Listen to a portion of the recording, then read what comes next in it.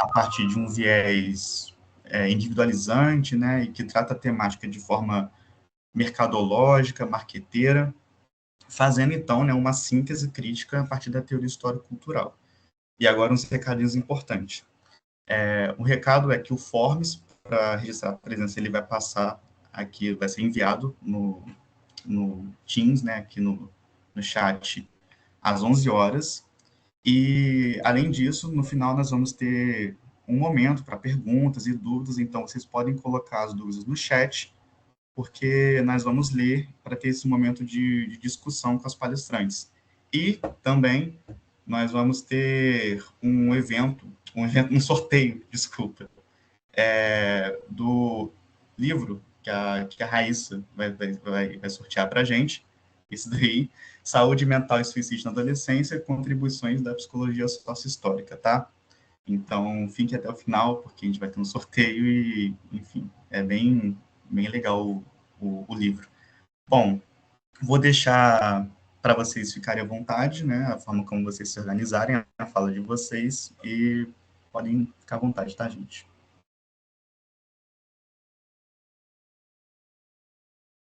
Oi, gente, bom dia.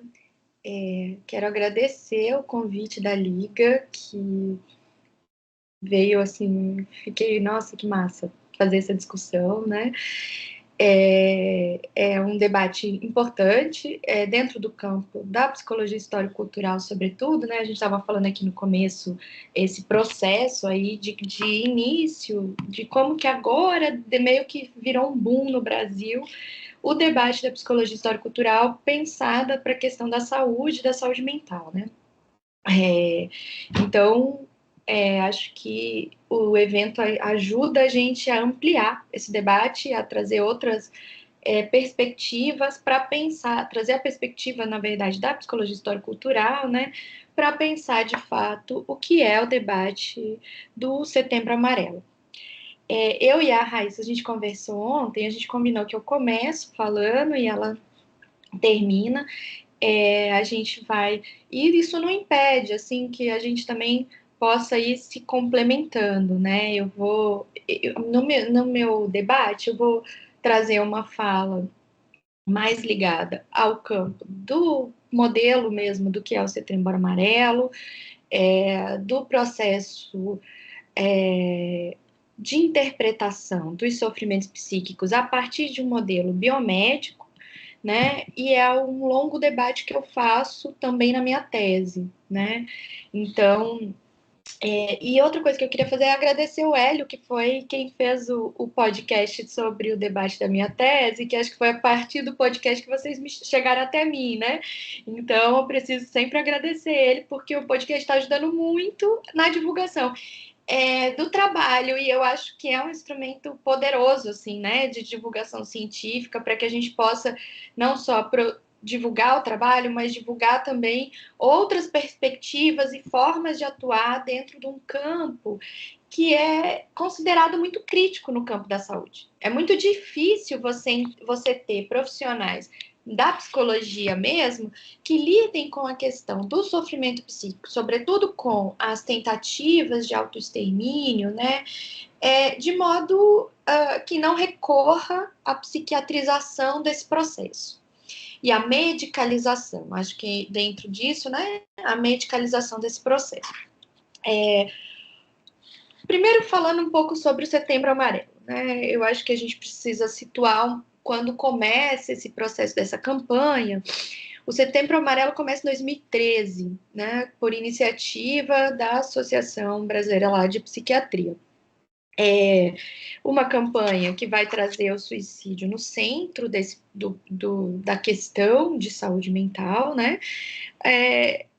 Não consigo falar do processo de suicídio sem que a gente possa pensar, né, outros processos que são históricos e sociais. Então, não é à toa que em 2013 esse tema emerge com mais força, e não é desde 2013, mas eu posso dizer que desde 2008, você já tem, 2009, você já tem um processo emergente de aumento dos números de tentativas ou de casos de suicídio no mundo. E eu estou usando essas datas, né?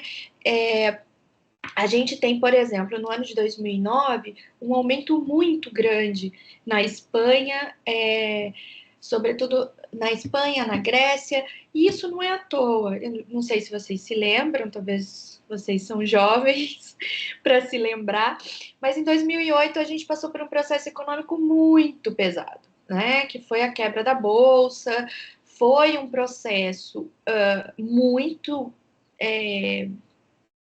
que teve influência em vários países. No Brasil não foi diferente, embora alguns queiram dizer que no Brasil a onda de quebra aí da bolsa foi só uma marola. Esse processo foi muito forte, muito pesado, causou uma taxa de desemprego muito grande, meio um pouco que vem na esfera aí das crises consequentes, né, das crises do capital. Mas na Europa, o número aumentou muito, consideravelmente, né? E aí faz com que a OMS lance alertas.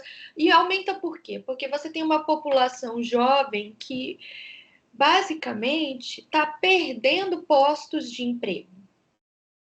Paralelo a isso, a ideia do estado de bem-estar social, que sustentou o capitalismo na Europa, como nos países desenvolvidos, né, a partir da exploração dos países em desenvolvimento, como no Brasil, esse estado de bem-estar social, ele começa também a ruir, né? Ele, na verdade, ele já vem de um processo de crises, mas essa crise ela é determinante para um processo mais importante de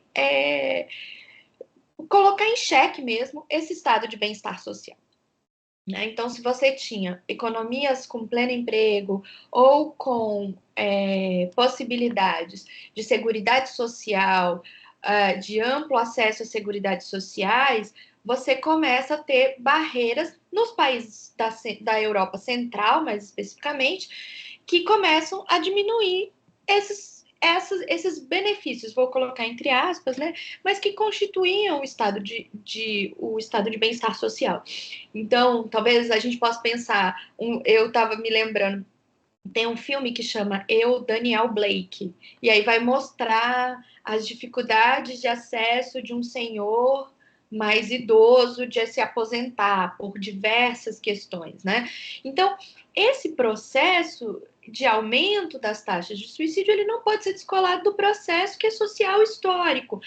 E na sociedade que a gente vive, né, o debate econômico ele é fundamental, sobretudo porque é uma das coisas que sustenta, que move, que mobiliza. A gente vive numa sociedade que não se mobiliza pelos seres humanos, mas sim em prol do lucro do capital, né, do desenvolvimento do capital, não dos seres humanos.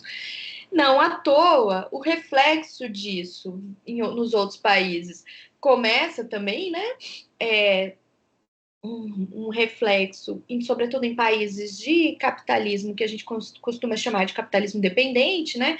Mas que são os países como o Brasil, a América Latina, a África, que sustentam, na verdade, a partir da exploração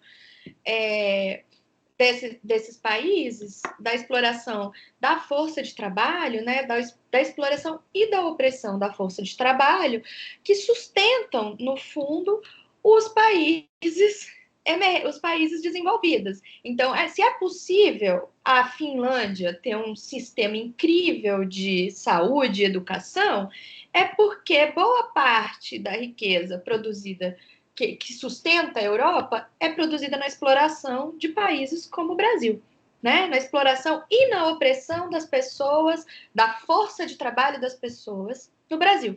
Então, vejam só, tudo isso para dizer como as coisas estão muito imbricadas. A gente não pode entender o Setembro Amarelo desconectado desse processo, porque esse processo ele é fundamental para que a gente entenda outras questões que estão ali, né? Então, quando vem em 2013, cria, né, a iniciativa do Setembro Amarelo, essa iniciativa ela não vem também inocente, pensando que isso é um processo de apoio e atenção às pessoas, né? Porque o modelo como o Setembro Amarelo é constituído dentro de uma perspectiva do modelo biomédico, ele é um modelo de pensar, existe um problema e existe tratamento. E o tratamento é geralmente, quando a gente está falando num processo de pensar um modelo biomédico, esse tratamento é colocado como um tratamento não pontual, mas ao longo de um processo e que geralmente inclui medicação. Eu trabalhei já com várias psicólogas e que sempre disseram para mim, quando envolve casos de suicídio, eu não consigo, eu não dou conta sem a medicação. E aí a gente vai descobrir, já lá em 2016, a partir de pesquisas que são feitas pela lei de acesso aos dados e informações nos Estados Unidos, que muitas das medicações utilizadas, geralmente nos casos de tentativa de suicídio, são medicações que estão diretamente ligadas com tentativas de suicídio, no sentido de haver uma prevalência com o uso dessas medicações no aumento dos casos. Isso não sou eu que estou falando, né? Isso são dados públicos, que a indústria farmacêutica, inclusive, sabe, né? Mas continua esse processo. E aí eu chego no ponto da indústria farmacêutica. Pensar a atenção às questões relacionadas ao suicídio descolado desse processo histórico e social é individualizar o processo, medicalizar o processo e, sobretudo, biologizar o processo. Porque um processo que tem raízes histórico-culturais, ele vai ser medicado, é como se você fosse medicar muito mais o corpo do que o que está causando, ou você não chega à origem do processo, isso acaba individualizando. É muito comum também, em casos de tentativa de suicídio, haver uma responsabilização da pessoa que tentou e da família. E geralmente de cunho moral religioso, sobretudo. E eu estou dizendo, inclusive, de profissionais da psicologia, né? Embora seja completamente antiético essa atuação. Então, veja, todo esse processo faz parte de um processo de individualização do sofrimento psíquico. A individualização também está ligada ao processo de biomedicalização. Estou chamando de biomedicalização porque, a partir do debate do modelo biomédico, o que a gente tem de consequência ou de estrutura para pensar o sofrimento psíquico? Esse sofrimento, em geral, é entendido como um sofrimento de ordem biológica, seja ela genética, seja ela falta de neurotransmissor, seja ela algum problema efetivamente anatomopatológico, mas que isso responsabilize o sujeito, seja ela, e aí num máximo de uma ampliação que a gente vai conseguir entender, é de uma ampliação do núcleo familiar, responsabilizando então também a família. E que tudo isso está engendrado, né? A genética, a biologização, a família. Mas, dentro do campo da psicologia histórico-cultural, sobretudo com os debates do Luria, a gente sabe que todo o processo de funcionamento e organização da unidade psicofísica, ela é externa, para depois ser interna. Então, veja, eu paro de chamar as coisas de psíquica ou biológica para entender na psicologia histórico-cultural, o nosso debate é pensar a unidade psicofísica. Porque não tem psiquismo sem corpo, né? Se somos materialistas, a gente entende que existe um corpo material. Então, ninguém nega a existência de um corpo e de um substrato biológico. Mas em relação dialética com o social.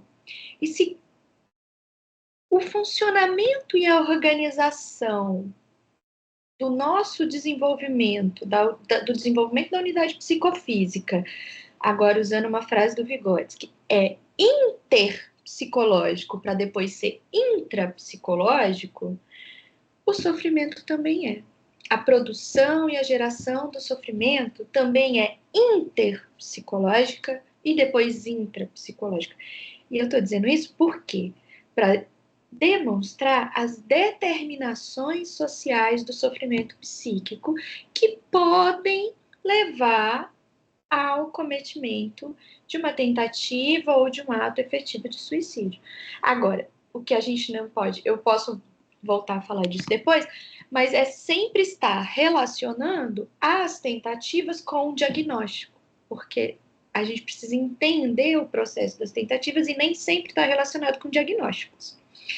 Mas, voltando ao debate sobre a questão do modelo biomédico, esse foi o debate que mais me pegou na minha tese, quando eu estava escrevendo, porque eu estava fazendo as leituras do campo da saúde coletiva, embora não seja da saúde coletiva, eu comecei a estudar o debate da determinação social da saúde, e usando a medicina latino-americana, sobretudo o Breio e a Laurel, que é um movimento da década de 70, né?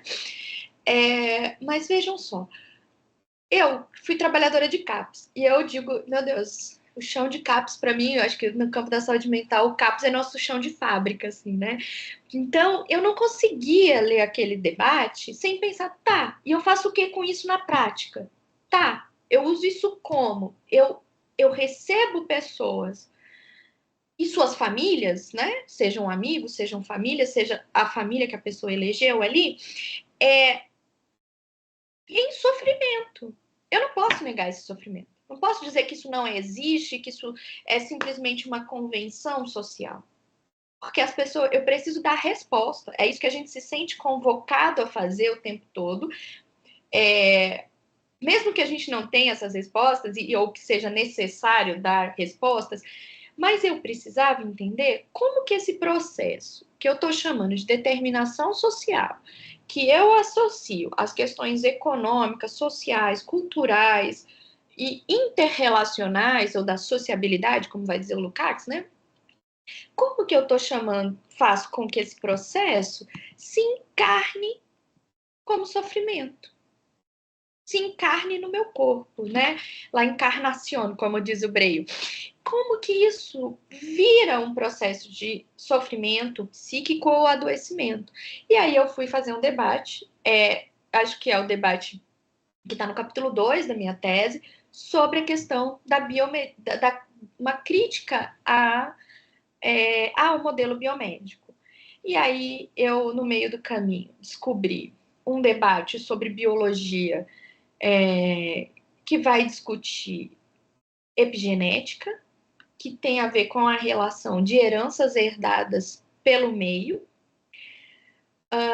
É um livro bem legal, da Jablonka e da Lamb, que chama A Evolução em Quatro Dimensões, e que elas vão discutir, basicamente, que nós, seres humanos, diferente dos outros animais, ou diferente dos animais, nós, enquanto seres sociais, nós temos uma capacidade de transmitir características que não é necessariamente biológica, mas que é a linguagem, que a gente transmite característica, ensina e processos de a linguagem, o nosso comportamento, né? A gente não pode desassociar isso. A gente transmite características e ensina processos e ajuda a desenvolver os processos psicossociais das pessoas. O Vygotsky fala isso, né? O Vygotsky fala que o desenvolvimento psicológico primeiro é entre pessoas e depois psicológico. Essa frase do Vygotsky ela é poderosíssima, porque ela vai demonstrando isso para a gente. Tem um texto de 1934 que o Vygotsky vai dizer não só do processo do desenvolvimento psicológico, como o processo de desenvolvimento e crescimento do organismo como um todo. E aí ele vai relacionando, por exemplo, o processo de desenvolvimento cerebral com o processo de desenvolvimento endócrino. É um texto que chama O Desenvolvimento do Sistema Nervoso. Eu estou tentando traduzir eu achei ele em espanhol. Assim que eu conseguir, eu disponibilizo. assim que eu terminar, mas é um texto onde ele vai chamar, então, o corpo vai chamar esse processo de unidade psicofísica, porque é isso, né? A unidade psicofísica no sentido de unidade dialética e de unidade para entender que não somos coisas separadas, mente e corpo, como queria Descartes, né? Somos seres monistas e que o corpo e a mente estão ligados, né? Interrelacionados e não tem como desassociar isso. Então, nesse texto ele vai discutir isso. E aí, o outro texto que me foi fundamental e essencial para fazer o debate foi o texto que chama, eu acho que a expressão popular acabou de traduzir esse livro, chama Biólogos Dialéticos, salvo engano, está em português, mas é um texto do Levontin, do Levins e do Levontin, que vão discutir um processo de formação do biológico humano como um processo de formação radicalmente diferente dos outros, dos outros seres na natureza. E aí eu fui buscar o debate do Lukács para pensar a ontologia do ser social, para entender que somos seres sociais diferentes na natureza. Então não somos animais que pensam, mas somos seres sociais. O Lukács e depois o Luria também fala sobre isso, né? Existe seres minerais, animais e os seres sociais, que são seres humanos. Eles vão falando que do mineral para o animal houve um salto ontológico, e do animal para o ser humano, ou para o ser social, também há outro salto ontológico. Isso tudo é muito fundamental, né, em termos de fundamento mesmo, para que a gente possa entender o processo, então, da determinação social da saúde, da determinação social dos processos de sofrimento psíquico. E aí, no debate da tese, eu vou desenvolver o que a gente denominou de nexos internos da determinação social da saúde. Ou seja, são nexos que fazem com que a gente tente entender como que as coisas se encarnam no sujeito a partir do que é de fora, né? Então, a gente discute genética. Genética tem um papel? Tem um papel, mas não é tão grande quanto a psiquiatria costuma colocar. Por isso eu fui estudar esquizofrenia, justamente para fazer esse debate. A esquizofrenia é um dos sofrimentos que as pessoas mais associam à genética. E aí eu vou estudar a esquizofrenia para dizer, olha, esse sofrimento também tem uma determinação social histórica. Tem o componente genético, que a gente não pode negar, mas ele não é o centro da coisa.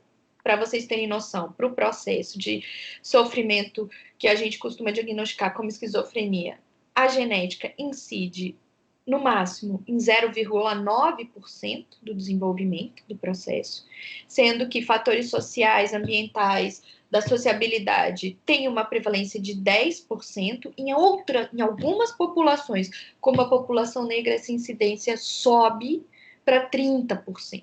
Isso não é qualquer coisa.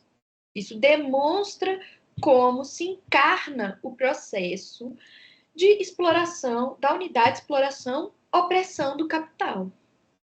Né? Por que eu estou usando o exemplo da população negra? Porque historicamente, sobretudo com o avanço do capitalismo, uma população historicamente explorada pelos europeus. Explorada e oprimida, duramente oprimida pelos europeus. Seja no processo de exploração da força de trabalho no território africano, seja da exploração no território europeu, seja na sua expansão nas Américas. E a gente, né, dentro da América Latina, isso tudo se expressa hoje no processo da América Latina. A gente acaba herdando essa forma europeia de lidar com a questão da força de trabalho da população negra. A gente acaba herdando a sua expressão no dia a dia, que é o racismo. Então, não é à toa que a gente vai ter uma prevalência na população negra de diagnósticos de sofrimento psíquico. Então, vejam, a gente tem fatores que são genéticos? Tem fatores que são genéticos, mas a gente tem fatores que são epigenéticos, ou quer dizer, sobre a genética, e que atuam e incidem no desenvolvimento do sofrimento psíquico. Isso quer dizer que fatores ambientais são radicalmente... fatores ambientais e da sociabilidade são radicalmente influenciadores do processo de desenvolvimento do sofrimento psíquico, muito mais do que a genética. E aí o Levontin tem um livro que chama Não Está nos Genes, que é muito interessante, e ele tem um capítulo sobre a questão da esquizofrenia.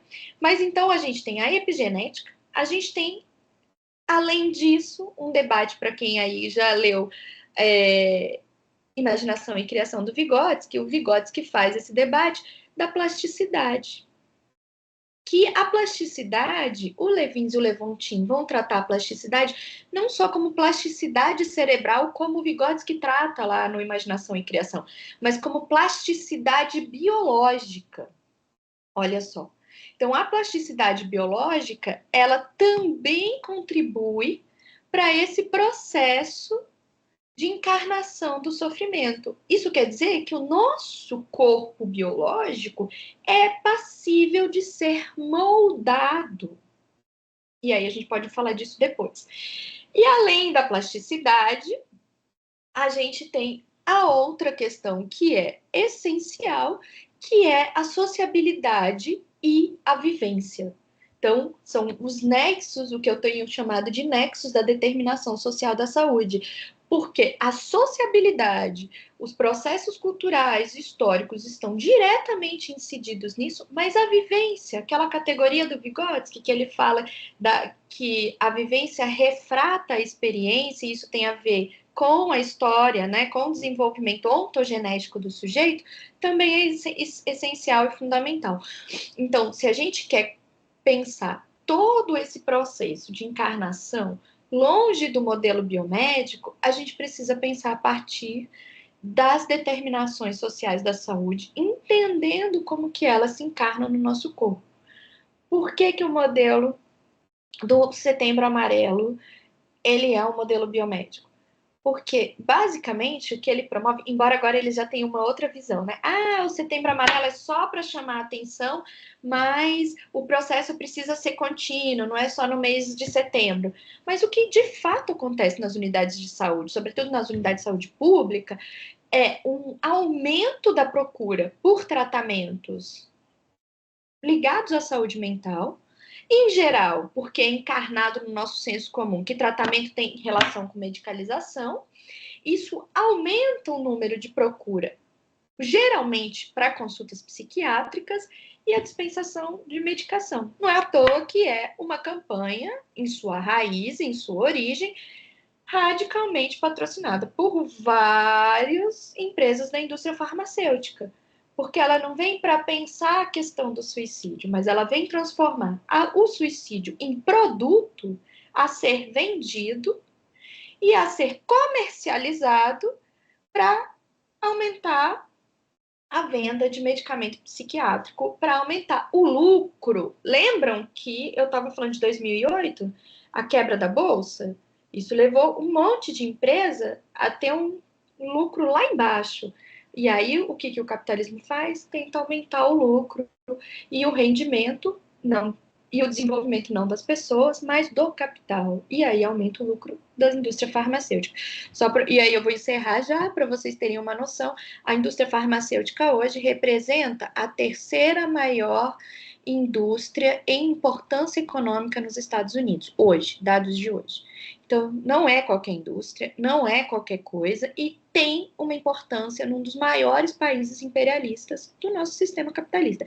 Então, não tem como a gente discutir Setembro Amarelo se a gente não discutir as suas origens, as suas raízes, e entender, a partir da crítica do modelo biomédico, que outra forma de fazer psicologia e atenção é possível, mas aí acho que a Raíssa vai falar muito melhor que eu. É isso, gente.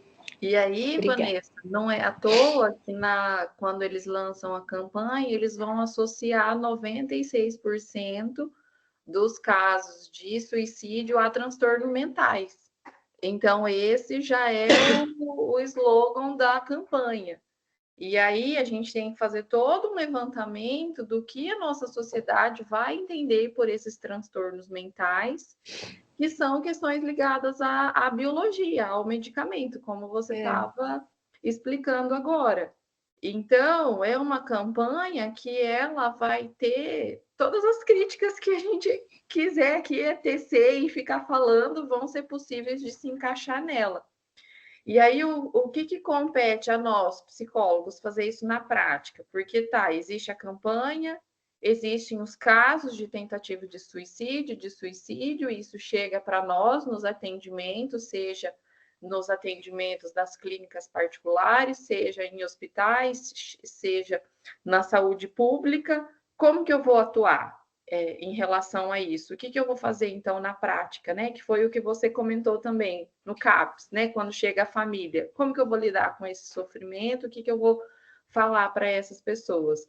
Então, foi nessas inquietações, nessas perguntas, que eu desenvolvi o mestrado, realizando entrevistas com os profissionais da psicologia, tanto da saúde pública quanto de atendimentos particulares, direcionando uma entrevista, né, semi-estruturada, perguntando, então, como era a atuação que esses psicólogos realizavam nesses casos de tentativa de suicídio, e aí eu afunilei para a adolescência, que é o meu maior público no atendimento clínico, e é onde eu conseguiria, né, desenvolver as discussões.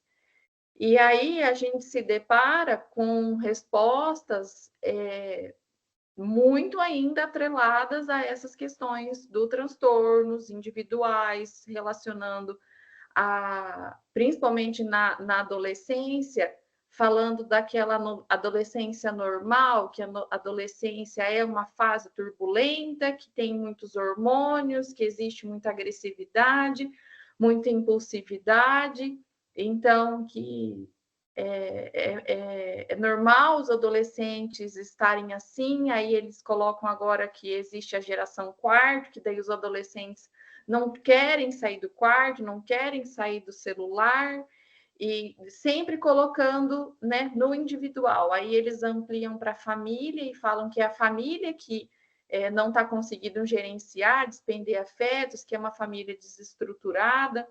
Então, infelizmente, ainda, por mais que nós temos muitos avanços na psicologia, de pensar numa psicologia crítica, ainda na hora ali do vamos ver, na prática, na hora do trabalho, muita coisa é colocada no individual e pouco é levantado esses questionamentos, essas reflexões, de pensar em toda essa estrutura social, econômica, cultural que nós vivemos. Então, cabe daí a nós que queremos fazer e trabalhamos com materialismo e pensamos uma psicologia crítica, a gente de fato pensar isso, articulando com as determinações sociais. Daí eu também vou por esse caminho da Vanessa, que a Vanessa falou, das determinações sociais, do processo saúde e doença, para pensar como atuar com esse sujeito que está ali na clínica, que está ali no atendimento de saúde. Então,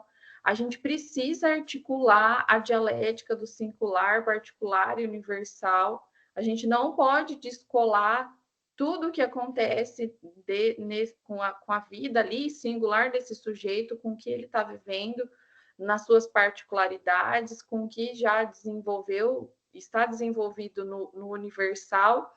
Então, é um trabalho que a gente precisa estar sempre atento a tudo que está acontecendo na sociedade. E aí, específico do atendimento do suicídio, a gente vai ter várias perguntas a serem feitas para essa pessoa, fazendo, né, uma anamnese bem feita. A gente vai ter que precisar articular esse atendimento com a família, porque daí tem o modelo do setting terapêutico, né, da psicologia tradicional, que a gente atende só o sujeito, a gente conversa só a partir do que ele traz para nós. E aí, quando a gente entra para a saúde coletiva, para a clínica ampliada, a gente, e pensando num psicólogo que ele é ativo no processo terapêutico, a gente pode sim perguntar as coisas para o sujeito, a gente até deve muitas vezes perguntar e saber o que investigar, e aí a gente precisa, né, tá respaldado no aporte teórico para saber o que perguntar, como perguntar, que horas perguntar. Então, não é pouco os casos de adolescentes que a gente começa a atender e a gente vai percebendo o sofrimento, e aí eu pergunto, e aí, está acontecendo alguma autolesão? Você está se machucando? Você está pensando em se machucar? Você já teve pensamentos de morte? E aí a pessoa, sim, muitas vezes. E aí, se a gente, às vezes, espera a pessoa trazer por conta própria, a gente vai passar quanto tempo do processo terapêutico esperando a pessoa trazer esse assunto? Mas se a gente consegue ali, com um acolhimento, trabalhar isso, a gente já consegue acionar uma rede, muitas vezes de proteção, para que esse sofrimento não vá se desencadeando para uma tentativa de suicídio mesmo, né? É claro que não é simples, não é fácil de isso ser feito, mas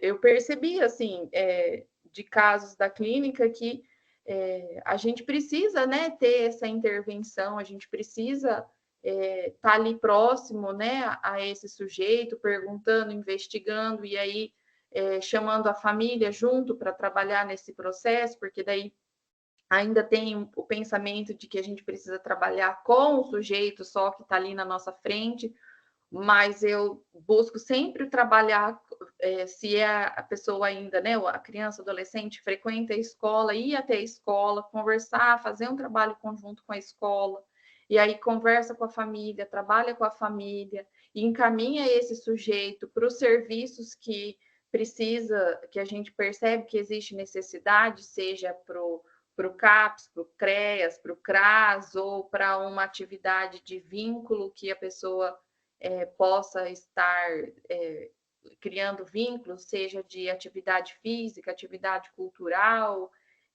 uma atividade artística. Então, a Rayane falou que gostaria que a gente trazesse também como que seria uma atuação crítica, então, né, num caso desse, a partir da psicologia.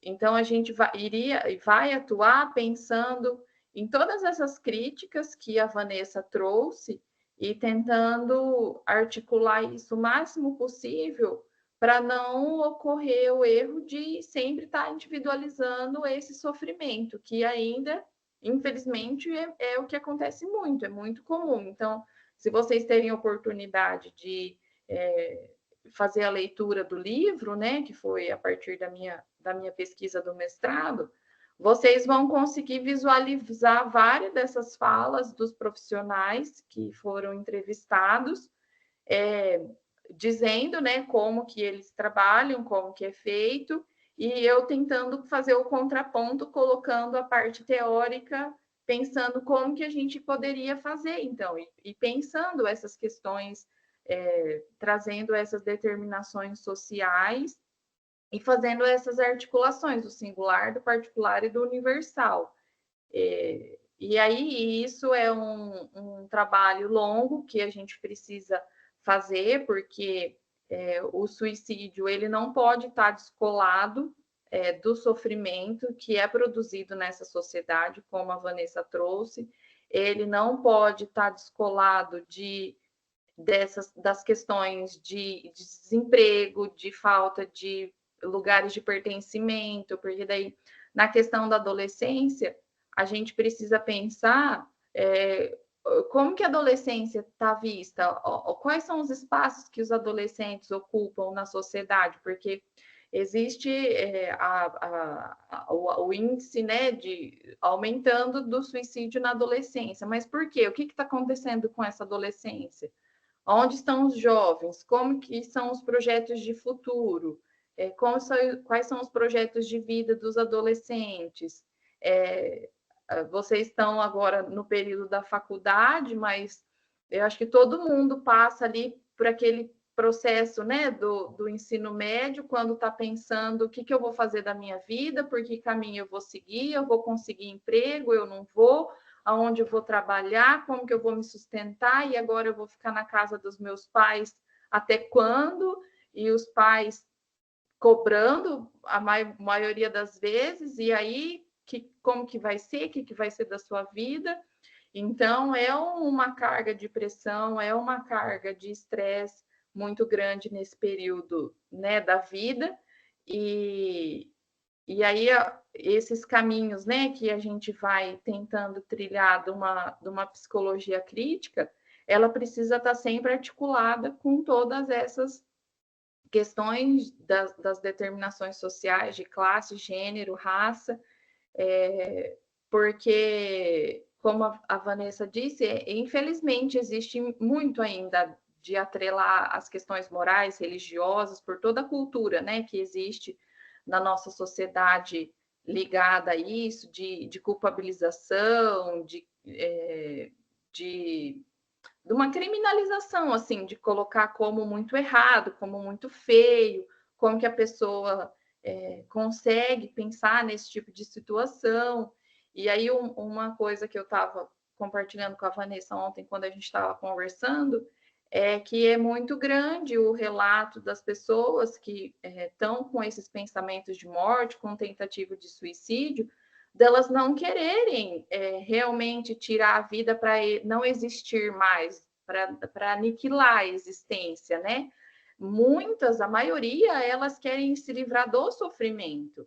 E muitas vezes é um sofrimento de um nível tão insustentável, tão difícil, com tantas vulnerabilidades envolvidas e com tanta falta de suporte para desenvolver de recursos que precisa-se para lidar com isso, que a autolesão, a tentativa de suicídio acaba entrando como uma alternativa no momento de muito desespero, de muito falta de onde se apegar, de onde se ancorar. Então, se a gente pensar em uma sociedade que discrimina, que existe tanto preconceito, tantas dificuldades econômicas, sociais, de inclusão, a gente vai entendendo de onde está vindo todo esse sofrimento. E aí a gente precisa trabalhar muito, tanto num pensamento, né, clínico, pensando uma emancipação humana, mas também pensando numa transformação dessa sociedade. E aí a gente precisa fazer um trabalho coletivo de como que a gente consegue modificar tudo isso, como que a gente consegue, então, se articular, seja profissionalmente, seja em movimentos sociais, em política, como que a gente vai conseguindo desenvolver mudanças para a gente ir alcançando essas alterações na estrutura da sociedade.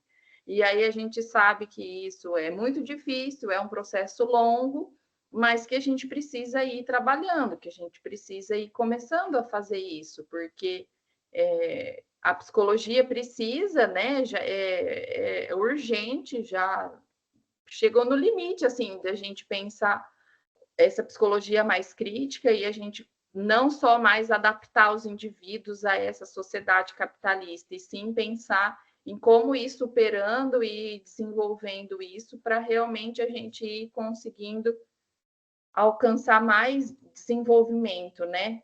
E é óbvio, a gente sabe de todas as limitações que a gente tem e muitas vezes é angustiante um trabalho, né, do psicólogo de poxa, como que eu vou trabalhar, como que eu vou fazer com todas essas vulnerabilidades, com todos esses problemas, e isso aparece, né, nos relatos dos psicólogos, como que eles se sentem, né? Como que a gente se sente atuando nesses casos de sofrimento. Então, aparece, né, as falas de uma impotência muito grande, de medos, de receios, de nervosismo, por conta de que a gente sabe que é limitado, que a gente vai esbarrar em muitas coisas, mas que a gente pode e consegue, sim, fazer muitas intervenções, fazer muitas articulações, e é um trabalho trabalhoso, não é de um dia para o outro, não é rápido, não é fácil, então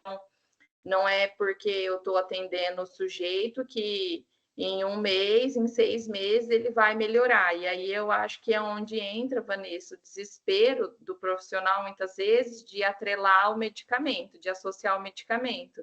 Porque tem esse pensamento que o medicamento vai fazer uma mágica, né? E ali apagar os sintomas, apagar algumas coisas, e a pessoa vai ficar mais calma, mais tranquila. Então, a gente sabe, sim, que muitas vezes o medicamento é necessário, a gente tem, né, os casos que precisa ser utilizado, mas não é unânime, e a gente não pode lidar com o medicamento como se ele fosse resolver as questões de ordem emocional, psíquica, né, psicofísica, como a Vanessa estava falando. Ele não vai fazer todo essa contenção química, né, que o pessoal da medicina fala, para acabar com o sofrimento da pessoa. Então, o medicamento ele pode ter uma atuação ali nos sintomas físicos, mas o sofrimento vai continuar.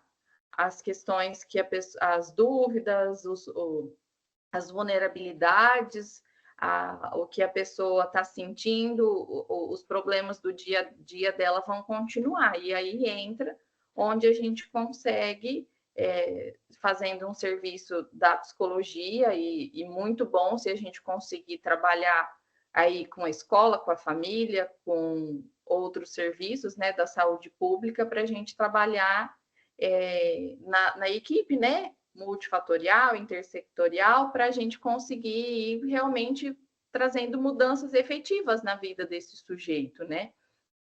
E aí eu lembro sempre que, no caso dos adolescentes, até auxiliar a montar currículo, eu já fiz no atendimento clínico, porque é muito claro que muitas vezes a pessoa, o sofrimento dela, por exemplo, está muito atrelado à questão financeira. Como que a gente vai resolver isso? Vamos, então, tentar procurar um emprego. Então, já aconteceu de eu pegar sites de emprego, tá, então, onde que daria para você trabalhar? Onde que seria viável a gente enviar currículo? Tá, então, vamos montar um currículo para você enviar. Então, como que se comporta, como que a gente participa de uma entrevista de emprego?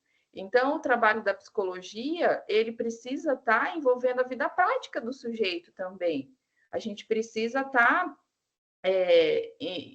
inserindo, pensando nessa questão da clínica ampliada, de sair dali de dentro da clínica, né, do consultório, e pensar como que efetivamente, na prática, na vida objetiva, a gente vai estar atuando com esse sujeito. E já aconteceu daí também em casos de tentativa de suicídio, da pessoa não ter um familiar para acompanhar na emergência psiquiátrica, e eu precisar ir acompanhar a consulta na emergência, né? De eu precisar ligar para o SAMU e ser o responsável. Então, a gente precisa estar entendendo que a psicologia, ela é um profissional que precisa estar junto com o sujeito, né? Claro que a gente precisa ter muito claro todas as questões éticas, os limites, mas a gente precisa muito pensar em como que está atuando, né? Com esse sujeito, com esse sofrimento. E aí acho que alguém perguntou aqui como envolver a escola no cuidado com uma pessoa de ideação suicida. Então, a gente precisa fazer todo um trabalho com essa escola, e aí a gente, o ideal, né, é que essa escola esteja disposta a entender e a trabalhar, e isso não é sempre fácil de ser feito, mas conversar com a equipe pedagógica, conversar com a diretoria da escola para entender como que eles lidam com esses casos, o que é possível de ser oferecido, por exemplo, se a pessoa tem crises de pânico, crise de ansiedade em prova, na sala de aula, e aí por isso ela não consegue fazer a prova, e aí não tira nota, e isso desencadeia uma série de coisas, né, no processo de escolarização. Então, como que a gente consegue interferir nisso? É possível a escola auxiliar de alguma forma, investigar questões de bullying, se estão ocorrendo, como que acontece, ou que tipo de intervenção é feita. Hoje, muitas escolas, pelo menos aqui de Maringá, tem uma disciplina que eles separam para conversar sobre questões emocionais, sentimentos.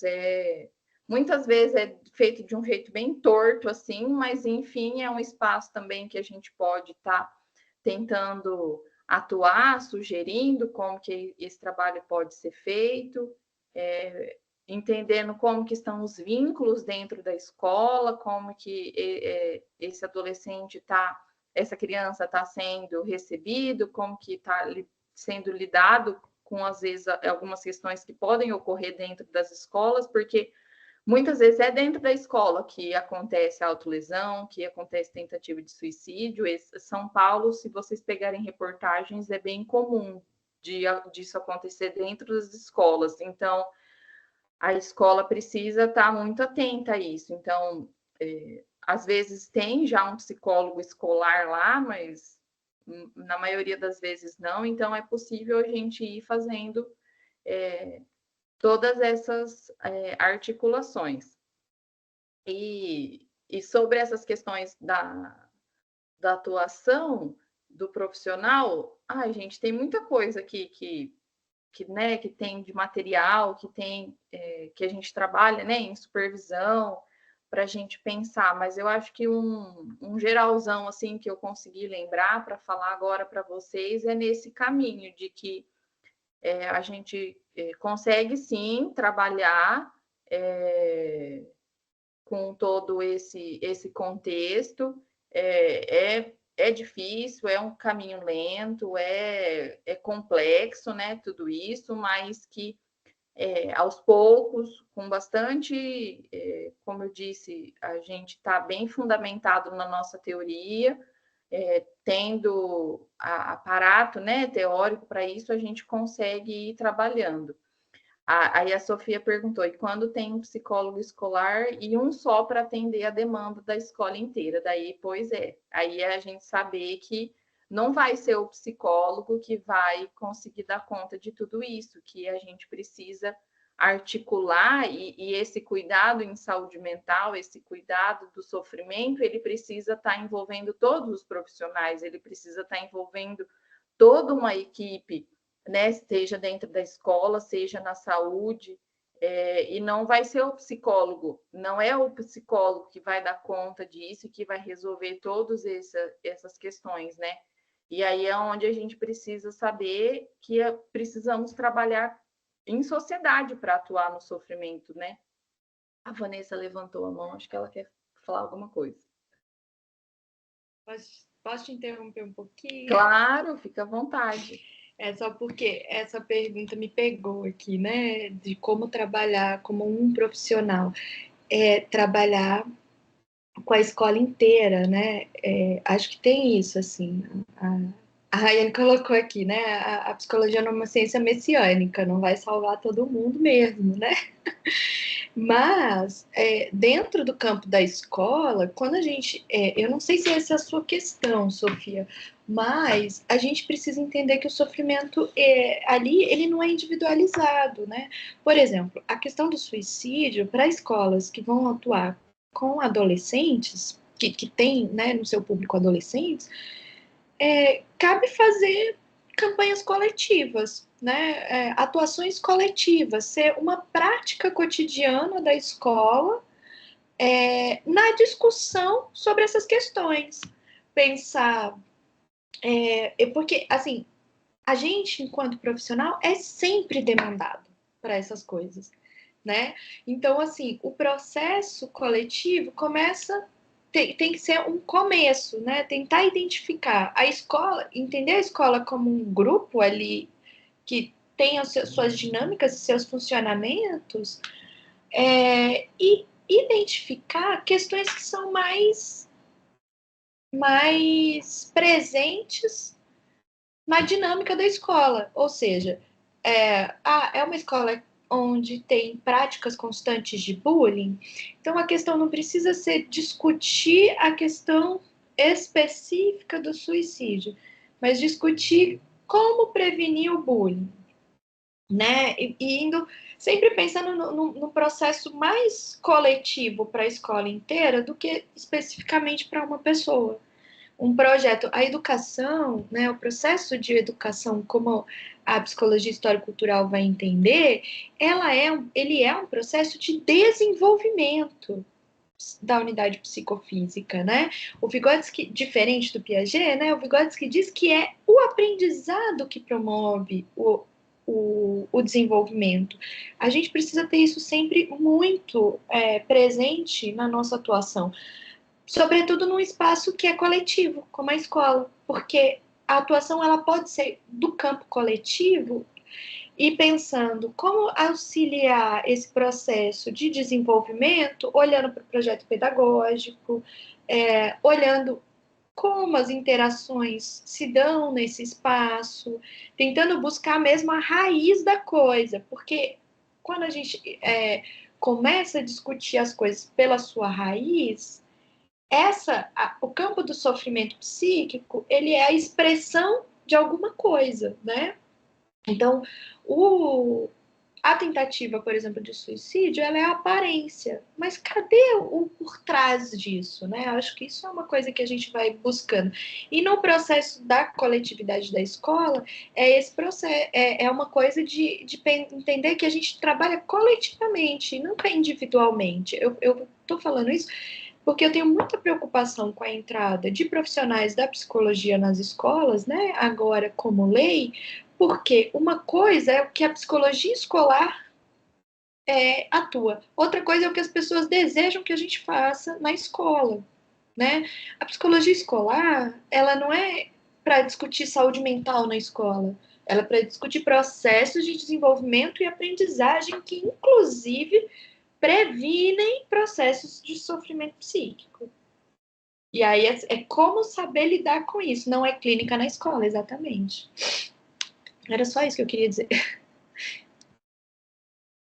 Sim, e aí, Vanessa, você estava comentando de entender a raiz do problema, e aí é conversar com os adolescentes, né?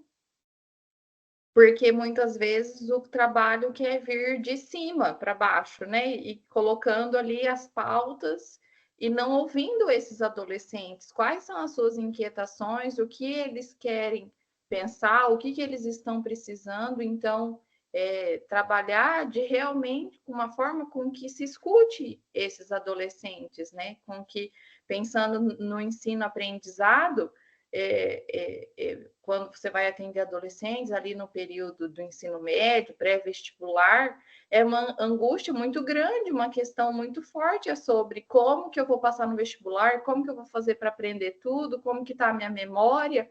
Então, atuar nisso é o que vai refletir muitas vezes de como que está acontecendo o impacto disso, por exemplo, em crise de ansiedade, que daí vai ser a aparência, né? E aí isso envolvendo as demais coisas da vida, isso muitas vezes desencadeia um processo de sofrimento, né? Então a gente consegue atuar de muitas formas dentro da escola ou da clínica ou do espaço da saúde coletiva, né?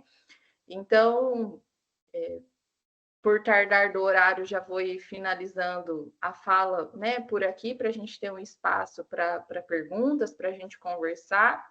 Eu também agradeço a oportunidade de estar com vocês aqui hoje. É muito bom ver um movimento, né, de estudantes que estão atrás de pensar nessa psicologia crítica, mesmo vocês não tendo, né, aulas, disciplinas, né, sobre isso. Eu fiquei bem contente quando a Rayane me contou, né, como que é que vocês estão se organizando. Eu falei, cara, esses jovens, né, estão mesmo com muita vontade, porque organizar por conta própria, e é isso, né? Olha aí o que vocês estão conseguindo mobilizar, né?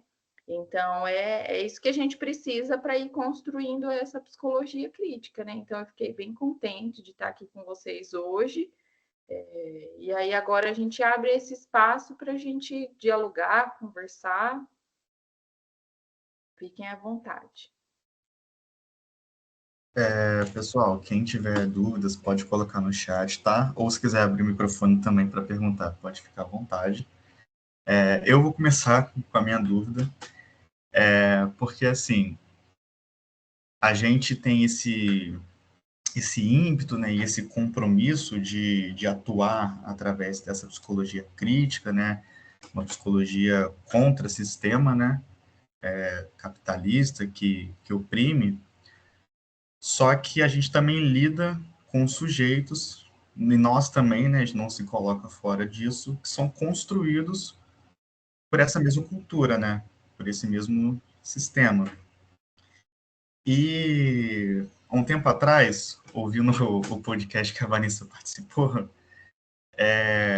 ela fala, e eu achei assim, muito interessante, que o pulo do gato ali, a diferença do psicólogo histórico-cultural, e que, né, acho que isso não deveria ser uma limitação de abordagem, né, que as outras pessoas também deveriam trabalhar assim, é que a saída para não cair nessa lógica individualizante, medicalizante, descritiva e quantitativa, a saída para isso é o sujeito ali em sofrimento psíquico, você mediar a melhor forma possível para que ele tenha uma relação saudável com aquele sintoma. E não cair naquela lógica de medicalizante de se o sujeito tem sintoma, então eu vou dar um remédio e vou acabar com aquilo. Eu vou excluir aquele sintoma. Só que a minha pergunta é, quais são os desafios que vocês enxergam, que vocês encontram na prática, para que isso seja possível ali? Porque hoje também, em contraponto a isso, a gente tem esse grande boom, né, do DSM e de você se adequar ali a uma descrição dentro do DSM. Então, virou quase que uma busca de identidade, né? Eu sou fulaninho de tal e eu tenho isso, eu tenho tal CID. Então, é um movimento muito forte que eu vejo hoje, principalmente dentro das redes sociais. E eu queria saber como vocês enxergam isso na prática, como que vocês lidam e quais são os desafios para fazer essa psicologia crítica em relação ao sujeito nessa busca de identidade do sofrimento psíquico e também dessa dificuldade de fazer essa mediação. Sim. Lucas, o que eu percebo, né, quando está atuando na clínica, uma das coisas fundamentais, e aí a gente precisa de muito, muito, muito estudo, é entender como que ocorre o nosso desenvolvimento, como que a gente se desenvolve. Porque muito do que a gente aprende, do que a gente sabe do desenvolvimento, a gente consegue ir nominando, entendendo o que está acontecendo na nossa vida, na vida do sujeito, a partir dessa compreensão teórica do desenvolvimento. E aí eu estou curiosa para ler a tese da Vanessa, porque ela, né, comentou que fez isso, e é o que a gente precisa. A gente precisa entender como que essa teoria se aplica na prática, porque entendendo isso, sabendo fazer isso, a gente tem segurança no nosso trabalho. E a gente conseguindo nominar as coisas e mostrar para o sujeito, entender com o sujeito de onde as coisas vão vindo, é muito interessante como isso vai, de uma certa forma, ampliando essa consciência do sujeito e acalmando a pessoa. E isso ocorre uma redução de sintomas. Então, a gente conseguir compreender de onde tudo isso está vindo, compreender esses sintomas, dar nome para eles, a gente consegue ir diminuindo. E aí entra um lugar onde a gente precisa saber muito o que a gente está fazendo, que é sustentar muitas vezes esse sofrimento.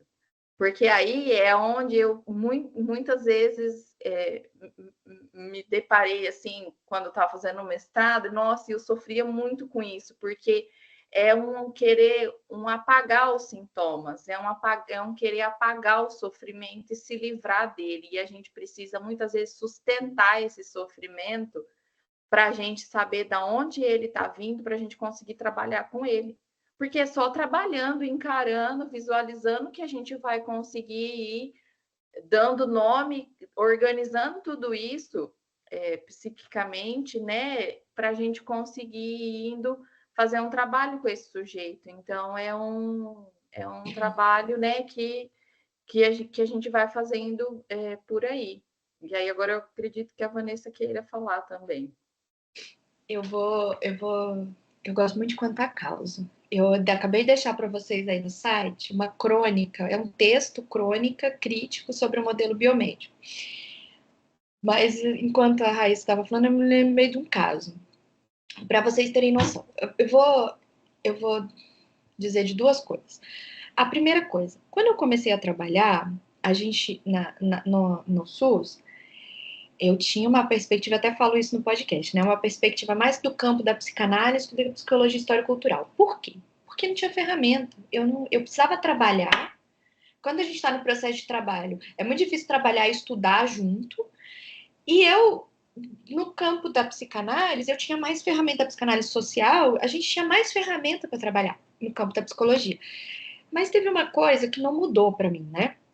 Que é entender que isso foi para mim muito radical, entender que o processo de constituição da unidade psicofísica ele se dá na interação e na sociabilidade, e se isso acontece na interação e na sociabilidade, a gente não herda, a gente não nasce com uma personalidade, um caráter, tudo isso é construído, aprendido nesse processo de sociabilidade, o processo de sofrimento também é. E o diagnóstico também é. Isso nunca mudou para mim. Essa era a essência do meu trabalho. A técnica era diferente, mas a essência era essa. Mas veja, quando a gente está falando isso, a gente tem que pensar que, então, se nesse processo de interação se dá o sofrimento, ele também é possível de remitir sintomas, a ponto da pessoa não precisar mais da medicalização, da medicação. A gente tem, por exemplo, o exemplo das intervenções de diálogo aberto, que trabalha com pessoas com psicose que não fazem uso de medicação. Como faz isso? Tem um documentário, inclusive, no YouTube, para vocês lerem. Estou provocando para a gente pensar. Mas eu vou contar um exemplo. Eu fazia plantão, a gente faz plantão para atender os casos, né, que chegam mais imediatamente, fazer uma anamnese e tentar enquadrar ali onde que essa pessoa ia, se era o caso de estar ali, se não era. E uma vez eu atendi um trabalhador, ele era motorista, eu trabalhava no interior de São Paulo, numa região que tem muita empresa de transporte, ali próximo a Guarulhos, Arujá, e ele tinha sido demitido. E ele estava muito mal com isso. Esse foi meu primeiro emprego, né? Eu ficava assim, meu Deus, o que eu vou fazer com aquele monte de crítica que eu aprendi na universidade? O que eu vou fazer com aquele monte de crítica da psicologia histórico-cultural? Eu não sabia o que fazer. Eu participei de um projeto sobre questão de trabalho e desemprego, que fazia toda a crítica ao capitalismo, e eu não sabia o que fazer com isso na prática. Aí chega esse senhor, ele tinha acabado de perder o emprego. Ele tinha perdido o emprego faz uns 3 meses. E ele estava deprimido. Ele não conseguia levantar da cama, não sei o que, não sei o que. A mulher insistiu e ele foi procurar atenção psicológica. E ele vai me contando esse processo. Aí, aquele projeto que eu participei, de uma professora lá na UFMS, onde eu me formei, né, da Inara, me fez lembrar que uma das constatações daquela pesquisa é que, naquela época, o seguro-desemprego durava 5 meses. E que a pessoa era mandada embora e ela passava 3 meses bem, porque ela tinha seguro-desemprego e a expectativa de um novo emprego era muito forte, a expectativa do novo emprego.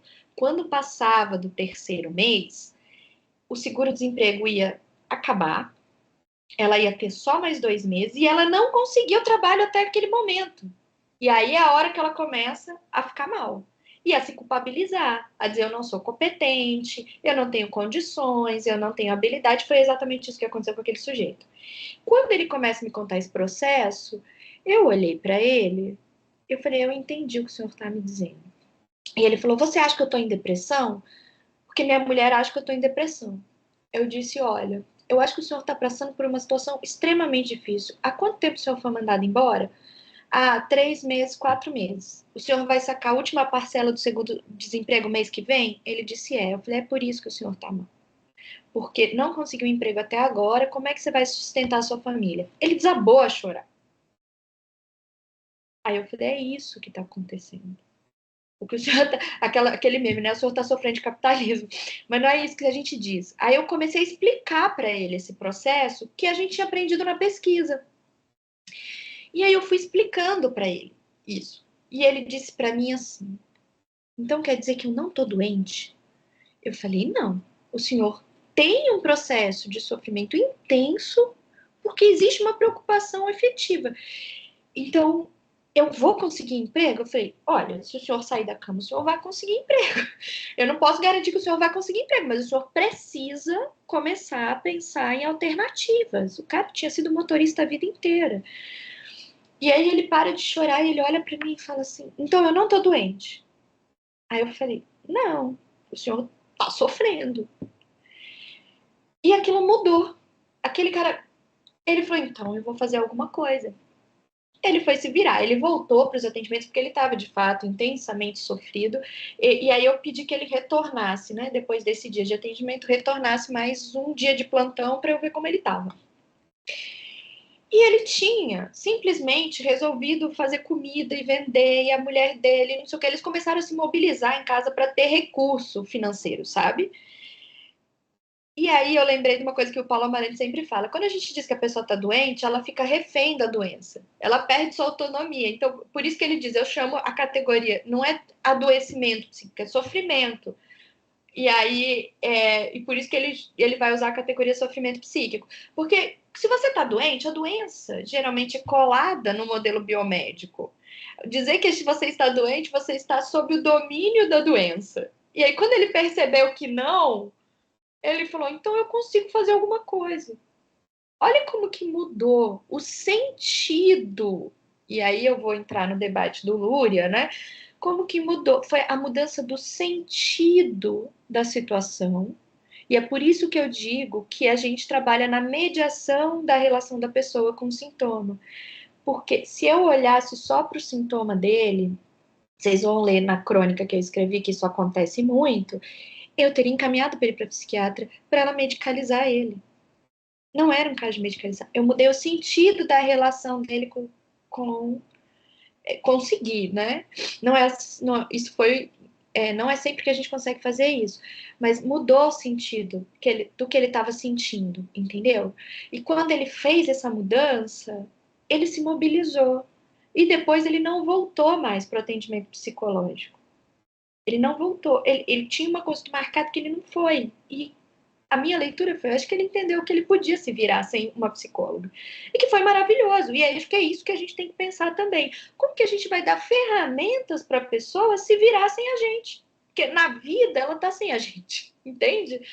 Então, acho que isso é um processo também nosso, né? Esse processo de mediação, mas esse processo eu digo, a gente tem que aprender a desmamar. A gente fala de desmame da medicação, a gente precisa fazer desmame da terapia, desmame do CAPS. Esses processos são necessários, eles não podem ser eternos. Enfim, acho que é isso. Acho que a gente precisa mudar essa relação, entender. Quando a gente vai na raiz da coisa, a gente consegue entender como mudar a relação da pessoa com aquele processo que ela está vivendo. Talvez esse seja o grande desafio do nosso trabalho, né? Vanessa, você tinha comentado no início da sua fala sobre um documentário que tem no YouTube. E você não falou o nome do documentário. Eu queria, porque eu tô anotando todas as recomendações de vocês para poder compartilhar depois. Ah, salvo Aí, engano, se você chama quiser Diálogos falar ou Abertos. deixar. Diálogos Se não me engano, abertos? Diálogo aberto. Eu vou olhar aqui, peraí que eu vou pesquisar aqui e vou olhar. Tá. E aí, Sofia, acho gente, que a gente tem pergunta do Oi. chat, né? Eu ia falar, se alguém quiser Beleza. falar por áudio primeiro, depois eu leio as perguntas do chat. E se ninguém quiser, eu já começo a ler o do chat, que tem bastante comentário também.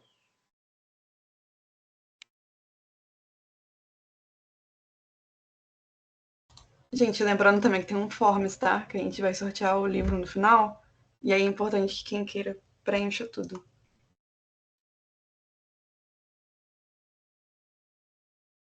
Então eu vou começar. Oi, pode falar, Vanessa. Não, só para falar, o nome do documentário é Diálogo Aberto. Se vocês colocarem lá na pesquisa Diálogo Aberto e clicar em vídeos, já aparece uma alternativa finlandesa ao atendimento das psicoses.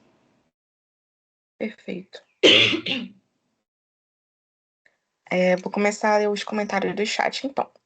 Quando a gente estava falando do papo da escola ainda, né? O papel do psicólogo nesse sentido crítico da escola, a Eduarda colocou um comentário aqui pra gente. É importante trabalho com formação continuada também, para fortalecer a autonomia dos professores para o manejo no dia a dia, nesse processo de prevenção mesmo.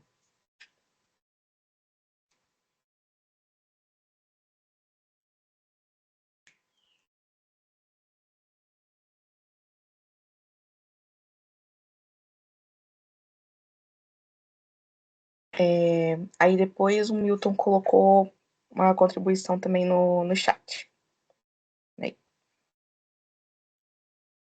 Gostaria de deixar minhas considerações a vocês. Venho desenvolvendo pesquisa na interface da psicologia e saúde pública por um viés crítico, e a oportunidade de assistir vocês veio de encontro ao momento contemplativo que venho passando em relação à temática. Penso que o momento atual da psicologia não permite a continuação de uma prática adaptativa ao mundo capitalista. É necessário criar fissuras ao modelo que já está posto, construindo caminhos para a superação do capitalismo, ou, nesse caso, criar espaços de discussão que promovam a emancipação. Eu acho que é muito nesse sentido também, bem dialético da teoria, né? De partir do que já tem e ir criando outras possibilidades, né? Criando, eu diria, crises mesmo, porque a partir da crise a gente consegue construir algo novo daquilo. Podem comentar, tá, meninas, se vocês quiserem. A crise desenvolve, né? Já dizia o Isso. Vygotsky. Acho que é muito esse processo de superação que ele coloca dentro da teoria, né? Exatamente. Ali. Isso. Eu vou aproveitar. O comentário abaixo, né, tá falando, acredito que a própria expectativa do paciente que chega na clínica é um desafio. É um desafio mesmo, porque, e aí vou já lembrando o que o Lucas falou, a gente vive um processo de bioidentidades, né, uma coisa de um movimento identitário com o seu próprio diagnóstico. E os diagnósticos são tratados como algo insuperável. E eu olho para esse movimento e me assusta profundamente, porque lá na década de 70, né, com Basaglia, com o debate da luta antimanicomial, da reforma psiquiátrica, tudo que as pessoas usuárias, usuários e familiares não queriam era serem reduzidos ao seu diagnóstico. E hoje as pessoas usam o diagnóstico e aí como se fossem signos do zodíaco, né? Eu tenho TDAH, por isso eu sou assim. E eu sou de peixes, por isso eu sou distraída. Tem até um caso de uma atriz bem famosa que ela falou: eu achava que o jeito como eu era tinha a ver com o meu signo, porque eu sou de peixes, mas agora eu descobri que eu sou autista. Ela substituiu, sinceramente, um signo pelo outro. Mas essa essa é a expectativa de um diagnóstico. Por que está tão insustentável viver, né? Aqui em Cuiabá está insustentável viver porque a gente está vivendo na fumaça. Eu estou falando com vocês, estou com o aparelhinho aqui do lado porque eu estou o tempo todo tossindo. Tem 2 dias que eu estou aqui, eu estava de férias e que eu estou tossindo muito. E não é assim qualquer fumaça. Sabe quando a gente faz churrasco e a fumaça da churrasqueira toma conta do quintal? É assim que a cidade está. É por isso que está insustentável viver, porque o agro está botando fogo em tudo. Porque o capitalismo está muito preocupado com o desenvolvimento do capital e não com o desenvolvimento das pessoas. A gente é pessoa, a gente não é dinheiro, mas a gente é reduzido à força de trabalho, a gente é reduzido à mercadoria, somos reduzidas à mercadoria o tempo todo. Isso é insustentável, sabe? Então, assim, quando a gente está pensando o debate das bioidentidades, elas trazem uma resposta, de fato. Ah, entendi por que eu estou sofrendo. Então, isso, e aí é como, veja como isso é diretamente ligado ao modelo biomédico. Então, isso não depende de mim. E tem uma outra coisa em mim que parece que eu não comando, que é essa doença. Só que todo processo de sofrimento psíquico, seja o diagnóstico que for, é superável. É superável. Eu não estou dizendo que é curável, porque isso é lá do modelo biomédico. Eu estou dizendo é superável no sentido de superação, suprassunção, dialética, sabe? Por isso eu digo, mediar a relação do sujeito com o sintoma é fundamental no nosso trabalho, né? Então, esse processo é superável. Essa palavra é muito fundamental para a gente. A gente não vai buscar cura, mas a gente vai buscar superação. Como, inclusive, dar autonomia para aquela pessoa, que é autonomia em relação aos próprios sintomas, entendeu? Que eu acho que é isso também que os ouvidores de vozes fazem. Eles vão dando outros sentidos para aquelas vozes e vão ajudando a pessoa a ter mais autonomia sobre aquilo. E aí a gente vai se deparar com sofrimentos super complexos, como a esquizofrenia, passíveis de não serem medicados. Porque é possível lidar com esquizofrenia sem medicação, né? Aproveitando o gancho aqui, só para fazer um comentário, eu li recentemente um post, eu não me recordo de quem, falando que era impossível discutir sobre o suicídio e prevenção, né, o suicídio, né, também a campanha aí, amarelinha, sem falar sobre a luta antimanicomial. Então, eu acho que vem muito nessa fala que a Vanessa está trazendo, porque a gente esquece esse processo muito importante da reforma psiquiátrica, né? Principalmente aí na criação das RAPs e tudo mais, e começa a cair nesse modelo biomédico, né? Então, há uma fala aí também no começo do evento, que é, tudo bem, a gente fala de prevenção ao suicídio, mas aí a gente também está trazendo sempre a campanha, né? Sempre o lacinho amarelo, e sempre falando, não, mas tem que falar das questões socioeconômicas, mas você não está sozinho, né? Então, é sempre caindo nesse papo muito marqueteiro aí que vem da Associação Brasileira de Psiquiatria, né? Então, é uma lógica individualizante, né? Então, até por isso veio muito o nome do evento, né? Quando eu mandei para a Vanessa, eu fiquei um pouco preocupada, né? De ser uma questão ofensiva, assim, mas é um deboche mesmo, assim, a campanha, né? A falar dessa forma individualizante, querendo se retirar disso, né? Mas você está excluindo aí toda uma discussão de saúde mental pautada na reforma psiquiátrica, né? Então, essa fala da Vanessa resume tudo, né? O que o Lucas falou também, dessa questão individualizante aí do diagnóstico, né? A gente vê muito isso até nos estágios assim de clínica. O pessoal já chega falando, eu acho que eu tenho isso, acho que eu tenho aquilo, né? E você parar para escutar a história do sujeito e é pautada totalmente em sofrimento, vários tipos de atravessamento de vulnerabilidade, né? Então é muito complicado, né? Às vezes chega a ser um pouco desanimador, assim, né? Mas foi como a Sofia falou, é pela crise que a gente faz nossos saltos.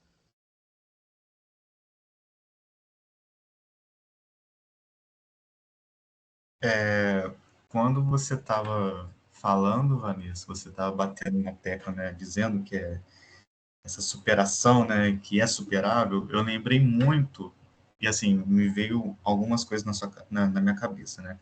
Primeiro, eu lembrei muito do que o Vygotsky ele vai escrever nos textos de defeitologia, quando ele vai falar sobre o processo de como a psicologia hegemônica entendia, né, a ciência hegemônica entendia ali a pessoa com deficiência, o desenvolvimento, né, de que era praticamente um coitado, que não se desenvolveria e que a educação basicamente não ensinava, né, não proporcionava, não mediava situações para que aquele sujeito se desenvolvesse, para que ele não conseguisse se superar ali naquele processo, né?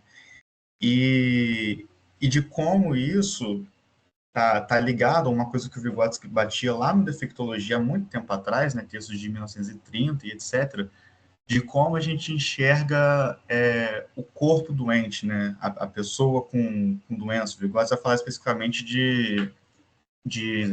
do defeito psicofísico, né, doenças mentais e físicas, né?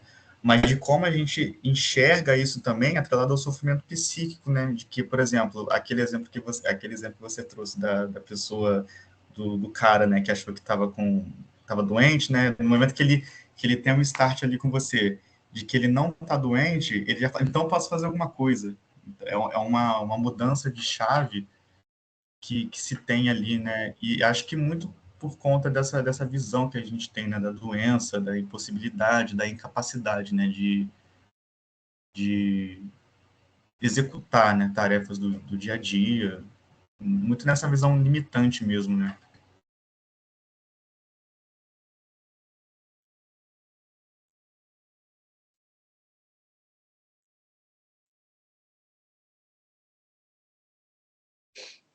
Sofia, se você quiser continuar lendo, eu acho que tem uma pergunta da Carol. Tem sim, eu vou ler aqui. A Carol, que é a nossa ligante também, ela colocou assim: como vocês passaram por falas sobre a classe trabalhadora, gostaria de saber do trabalho da psicologia organizacional com os trabalhadores, sabendo de todas as dificuldades da nossa classe, vulnerabilidades e dessa cultura organizacional, em sua maioria adoecedora.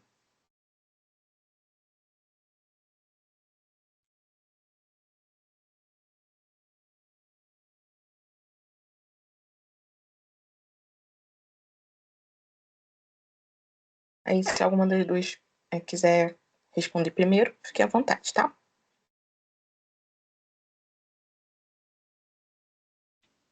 Pode falar, isso eu tava.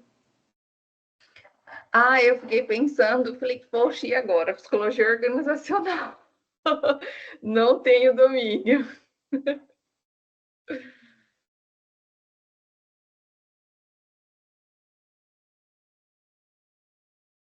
Aí eu acho que, aproveitando assim um pouquinho também, vou tentar responder a Carol de alguma forma, mas eu estudei sobre psicologia do trabalho, diferente da psicologia organizacional, e que a psicologia do trabalho, especificamente, ela fala muito nesse sentido de crítica mesmo ao modelo organizacional em prol dos trabalhadores. Então, tem essa diferenciação, né? A psicologia organizacional vai muito para o lado de organização, de fazer o sujeito ser mais produtivo, se adaptar ali ao clima da organização, ao ambiente da instituição, da empresa. Em contrapartida, a psicologia do trabalho vem nesse sentido de resgatar ali o sujeito trabalhador dentro daquele contexto, não para passivar ele ou para fazer com que ele se adapte àquele ambiente, né? Mas nesse sentido de crítica mesmo. E que eu acho que nunca parei para pesquisar isso especificamente, mas pensando agora, eu acho que a psicologia histórico-cultural conseguiria fazer um caminho muito bom aí pela psicologia do trabalho, ao invés da psicologia organizacional. Nesse sentido, o professor Felipe Coelho, lá da UFRN, o que eu estava citando, né, o Jorge Falcão, trabalham com a psicologia histórico-cultural, pensando em psicologia do trabalho, né? E a gente tem que entender limites, né? Porque é um lugar muito difícil de ocupar, porque existe um limite. A gente não pode simplesmente negar esse debate do trabalho. A pessoa depende do trabalho. A gente precisa entender. Então, entender a nossa sociedade, entender que a pessoa precisa daquele trabalho. Aquele trabalho está adoecendo a pessoa. Então, tipo assim, esses limites, eles precisam ser entendidos. E aí, a gente vai pensando, né? Entender o trabalhador nesse contexto é também ajudar o trabalhador a buscar e construir mecanismos e formas de promoção de saúde, né? Aí nesses espaços, nesse sentido, às vezes o que a gente pode conseguir fazer e o espaço de promoção de saúde é o espaço da busca dos sindicatos, por exemplo, dependendo da forma como os sindicatos são organizados, de um processo de lutas. Muitas vezes a gente vai entender que a promoção da saúde vai se relacionar com um processo de entendimento de como as coisas funcionam, né, na sociedade capitalista, e que pode ser um espaço, inclusive, de promoção de saúde, esse espaço da militância, da luta, do debate sindical. Nem sempre, e não estou romantizando, porque faço parte de um sindicato e sei que existem disputas e debates ali dentro, mas que é uma possibilidade de respiro, embora esteja difícil de respirar ultimamente, é uma possibilidade de respiro, né? E falo isso muito tranquilamente, porque olho para os textos do Fanon, quando ele vai dizer de como a clínica pode ajudar as pessoas em sofrimento psíquico lá na Guerra Civil, eu esqueci o nome do país, eu sempre confundo, Fanon é martinicano, mas a Guerra Civil era pela independência, gente, esqueci o nome. Esqueci. Mas o outro teórico que vai ter um processo muito parecido é o Martim Baró, em El Salvador. Qual a relação desses dois teóricos, né? Eles vão dizer que quando o Martim Baró vai usar o exemplo das mulheres palestinas e o Fanon das pessoas que ele atendia, para dizer que quando as pessoas entendiam o sentido daquela luta e que elas entendiam por que elas estavam sendo atacadas e elas buscavam as organizações, espaços de organizações coletivas para o enfrentamento daquilo, e isso promovia a saúde. Isso redimia os sintomas dos sofrimentos psíquicos que elas apresentavam. Então, isso é muito fundamental da gente pensar, porque é isso. Quando a gente está falando de clínica, a gente fala de Argélia. Muito obrigada, Luther. A guerra civil que o Fanon está se referindo é a guerra civil da Argélia. Então, quando a gente está... Veja, a gente está o tempo todo lidando com uma teoria que se diz histórico-social. Ela está dizendo do debate que é histórico, tanto filogenético quanto ontogenético e social. Se a promoção, vou fazer o caminho inverso. Se eu estou acreditando, se eu estou entendendo, se a teoria me explica que o processo de produção de sofrimento psicossocial, o processo também de promoção de saúde também é social. Então, os debates coletivos, eles precisam ser ampliados. A gente está muito ligado no modelo da clínica individual, o modelo muito herdado da psicanálise, né? Mas os processos coletivos, eles são processos de criação de coletivos, de participação em coletivos, eles são processos fundamentais. Então, vejam só, muitas vezes a gente vai entender por que na luta antimanicomial, o que é o processo de promoção de saúde? A própria organização dos servidores, dos trabalhadores, das trabalhadoras, dos usuários, das usuárias, que promove um processo de libertação e de promoção e produção de saúde. Entende? Nada disso acontece sozinho. Isso tudo é ampliado nas lutas coletivas. Não tem como a gente sair desse processo coletivo, né?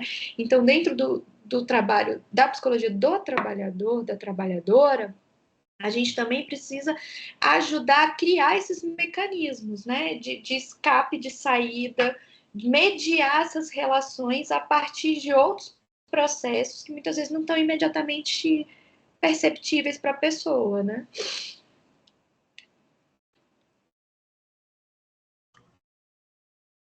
Posso falar, Sofia? Pode sim. Sofia, aqui eu tô ouvindo vocês aqui, aí eu tenho uma fala quase religiosa aqui, né? Spinoza paira entre nós, né? Com essas falas todas de vocês aí. Eu vou falar uma coisa aqui que eu ia falar só num evento que vai ter em novembro. Eu estava segurando para falar lá, mas eu sou, como dizem as pessoas da Liga, eu sou um boca de saco. Tem uma frase que normalmente as pessoas citam quando elas querem se defender com relação à psicologia histórico-cultural, que é uma frase da Silva Lani, que ela fala que toda psicologia é social.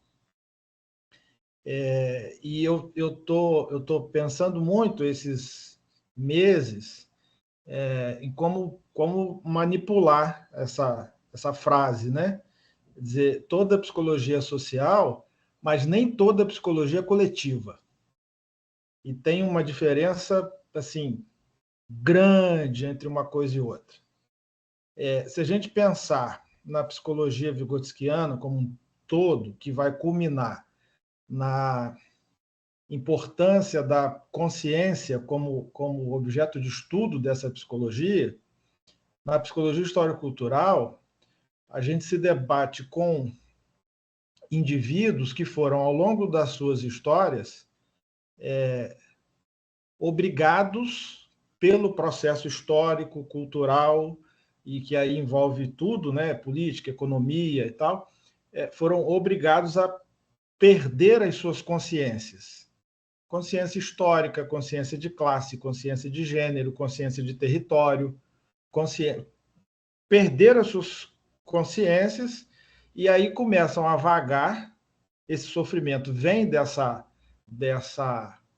perda de noção de quem é no mundo, do que é possível fazer no mundo, além daquilo que está sendo imposto a cada um, né? Como vocês falaram, né? Quer dizer, como questionar um sistema econômico, sendo que eu não tenho outra opção, eu preciso trabalhar, eu preciso sobreviver, sustentar a família, né? Como me relacionar com isso, e à medida em que eu sou esvaziado, e o sofrimento psíquico ele vem desse esvaziamento enquanto ser histórico, né? À medida que eu sou esvaziado, eu não sei a que me referir, eu não sei como me referir ao que eu estou sentindo, ao que está sendo vivido por mim. E nesse sentido, a psicologia histórico-cultural ela exige muito da gente, muito estudo da gente, como vocês duas falaram, né? Porque a gente tem que falar assim da realidade como um todo, porque é a exigência do método, tá? Do materialismo histórico dialético. Você precisa relacionar as várias faces da vida, né? E fazer isso para puxar o indivíduo para uma possibilidade de um rascunho de uma consciência de quem ele é, de uma consciência histórica de quem ele é, e aí entra, de novo, consciência de classe, consciência de raça, consciência de gênero, né? E muitas vezes a gente percebe que as pessoas estão exigindo que na psicologia histórico-cultural se fale sobre gênero, se fale sobre raça, como se isso fosse alguma coisa em separado, né? E não é. E não é. Quando o Figueiredo está falando de consciência, de buscar essa consciência como o objeto do estudo da psicologia, isso tudo está embutido ali, isso tudo está incluído ali, e obviamente que isso não elimina a necessidade da gente se referir a determinadas instâncias, né? Mas isso não significa que essas coisas não estão. A Vanessa citou o exemplo, né, da população negra como sendo assim referência para entender um tipo de sofrimento, mas essa análise você pode aplicar de variadas maneiras aos indígenas, às crianças, às mulheres, aos deficientes, né? Quer dizer, Então, assim, entender a psicologia histórico-cultural como sendo a mosca da sopa de muita gente é muito importante para que a gente faça com que as pessoas tomem a sopa com mosca. Era isso que eu queria dizer para vocês.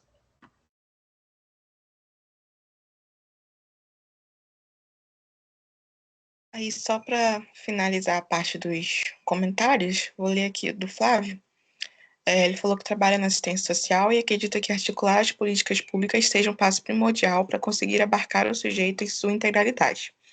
Fica a colocação da articulação dos serviços de convivência dos CRAs com a política de educação dos espaços coletivos da assistência dos CRAs e CREAs como possibilidade de construção social de novas possibilidades. Acredito que a política de assistência social seja muito importante para a construção em conjunto dos adolescentes do adolescer nos diferentes territórios, mesmo com os desmontes constantes e as dificuldades internas da política. Obrigada pelas reflexões.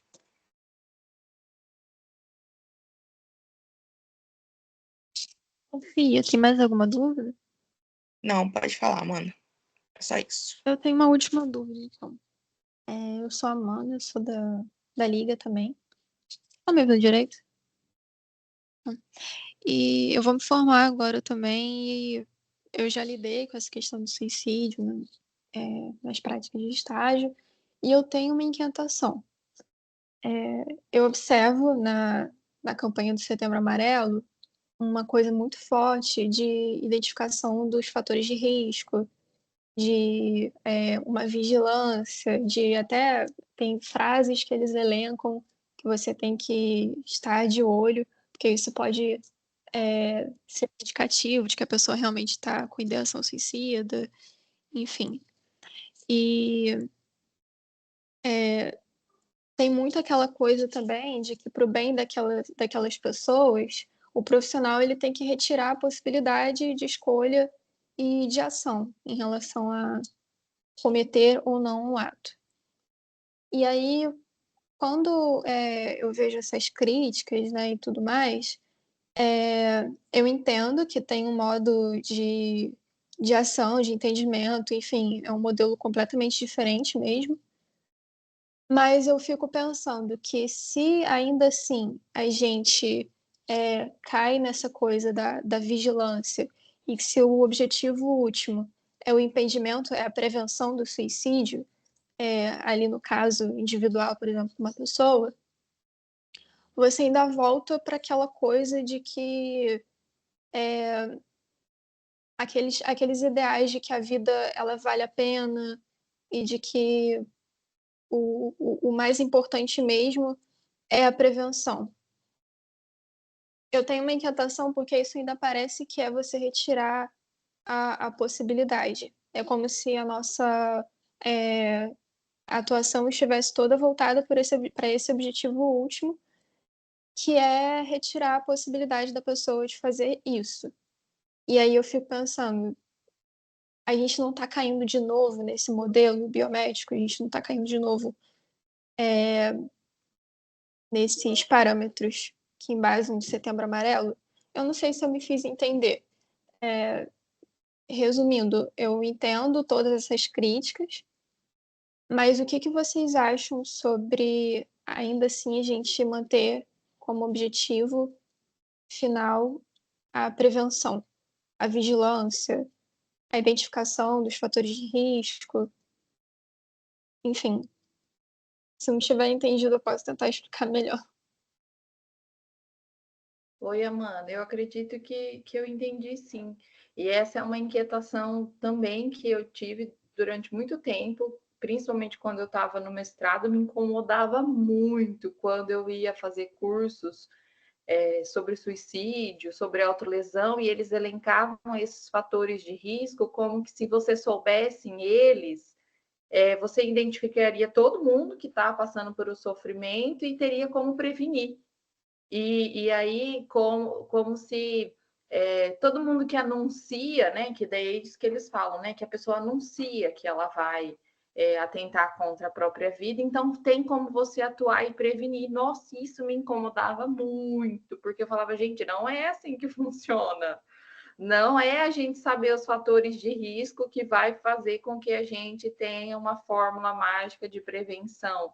E, tipo, que prevenção é essa que eles estão pautando para a gente realizar? Então, se você tiver oportunidade de ler a minha pesquisa, eu vou fazer comentários sobre isso, sobre essas questões. Eu não vou saber te direcionar a página agora nem nada, mas é aí onde entra que é nosso objetivo final, como o Luther estava falando agora, é a emancipação humana, é o desenvolvimento da consciência.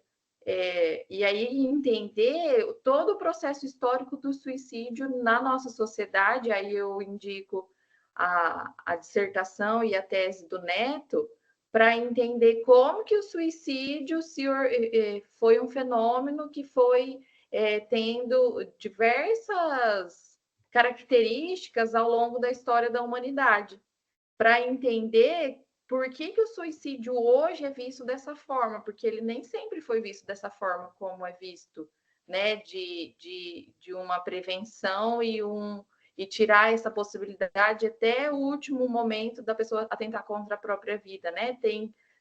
Tem culturas, né? O Neto vai explicando que muitas vezes o suicídio é incentivado, ele é considerado um ato heróico, corajoso. Então, é muito importante para a gente fazer essa leitura crítica do Setembro Amarelo, do suicídio, entender como o suicídio como um fenômeno histórico e como ele foi tendo características diferentes ao longo da humanidade, e entender o porquê hoje ele é visto, encarado dessa forma, de se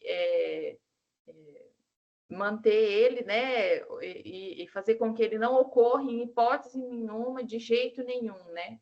E aí tem todo o entendimento, né, sobre o capitalismo, sobre a importância de ter as pessoas como massa de manobra, que não dá para perder um operário, enfim, várias questões, né, que a gente pode discorrer sobre isso. Não sei se respondeu um pouco a sua dúvida. Se a Vanessa Sim, obrigada.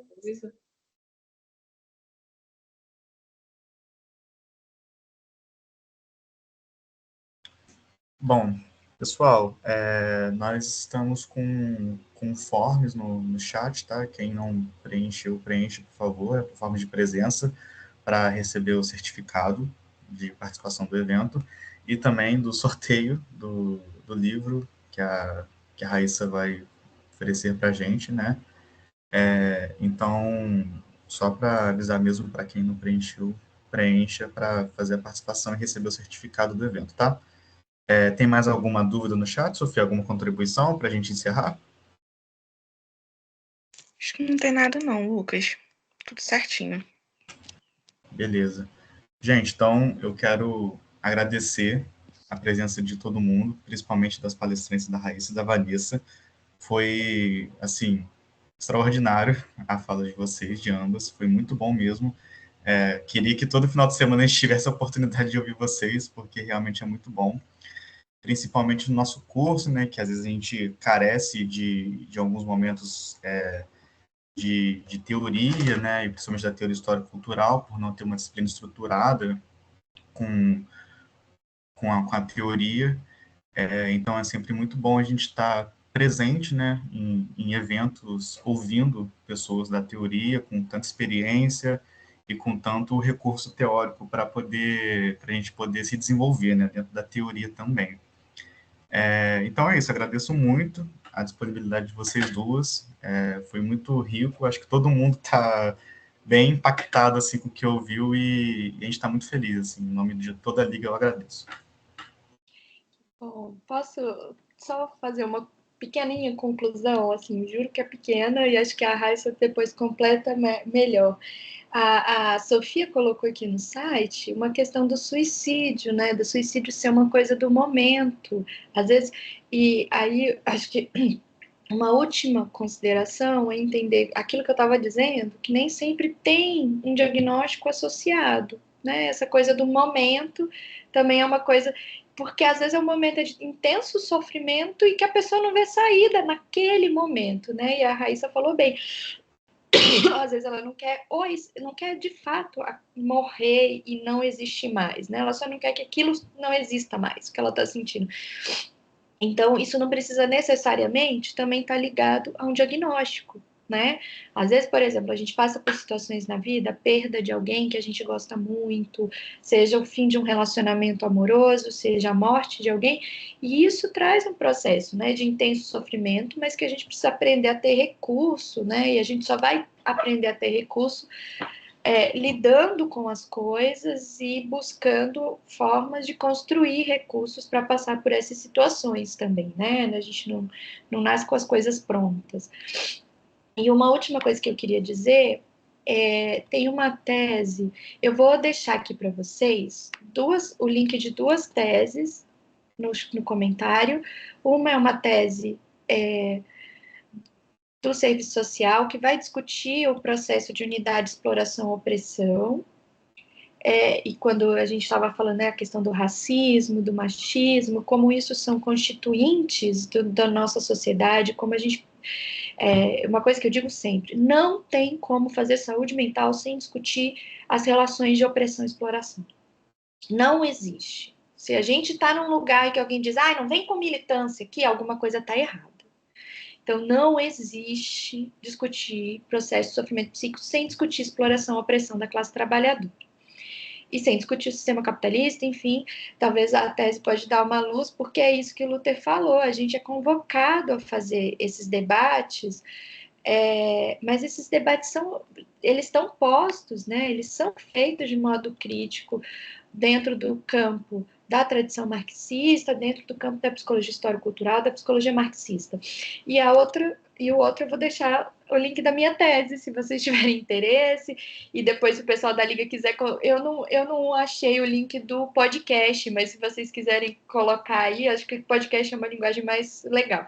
Então, se vocês tiverem interesse em ler, tá aí os 2 links de uma tese que vai discutir, né, a unidade de exploração e opressão, e pensando as questões do racismo, do machismo, LGBTfobia, a partir do debate marxista e lacaniano, né, da ontologia do ser social, e a minha tese que eu vou fazer a discussão sobre a questão da suprassunção, do biológico e tal. É isso, gente, muito obrigada pela conversa, pelo convite, foi uma delícia.